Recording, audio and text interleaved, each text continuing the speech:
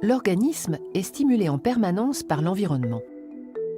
Les yeux réagissent à la lumière, le nez capte des odeurs, les oreilles sont sensibles au bruit, la langue perçoit la saveur des aliments, la peau est sensible à la température et son contact avec les objets permet d'identifier leurs caractéristiques. Ces organes sont associés à nos sens. Ce sont les organes sensoriels. Quand un organe sensoriel est stimulé, il génère des messages nerveux.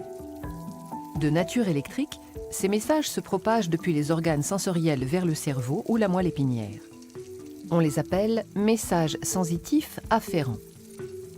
Et ils empruntent le circuit des nerfs sensitifs. Le cerveau et la moelle épinière sont des centres nerveux. Ils analysent les messages nerveux sensitifs qu'ils reçoivent. Selon l'organe sensoriel qu'il a généré, un message nerveux sensitif arrive à un endroit précis de ces centres nerveux. Par exemple, les messages issus des yeux arrivent dans la partie arrière du cerveau. Les messages issus de la peau arrivent dans la partie médiane, etc. L'arrivée des messages nerveux déclenche une analyse complexe et très rapide qui se manifeste par une communication intense au sein des centres nerveux. Des messages nouveaux sont générés et échangés.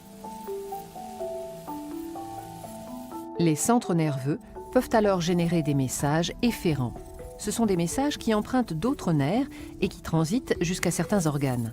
Par exemple, les nerfs moteurs sont spécialisés dans la communication des messages moteurs efférents vers les muscles. Lorsqu'un organe reçoit un message efférent, c'est un ordre qu'il reçoit du cerveau et qu'il doit exécuter. On dit que c'est un organe effecteur.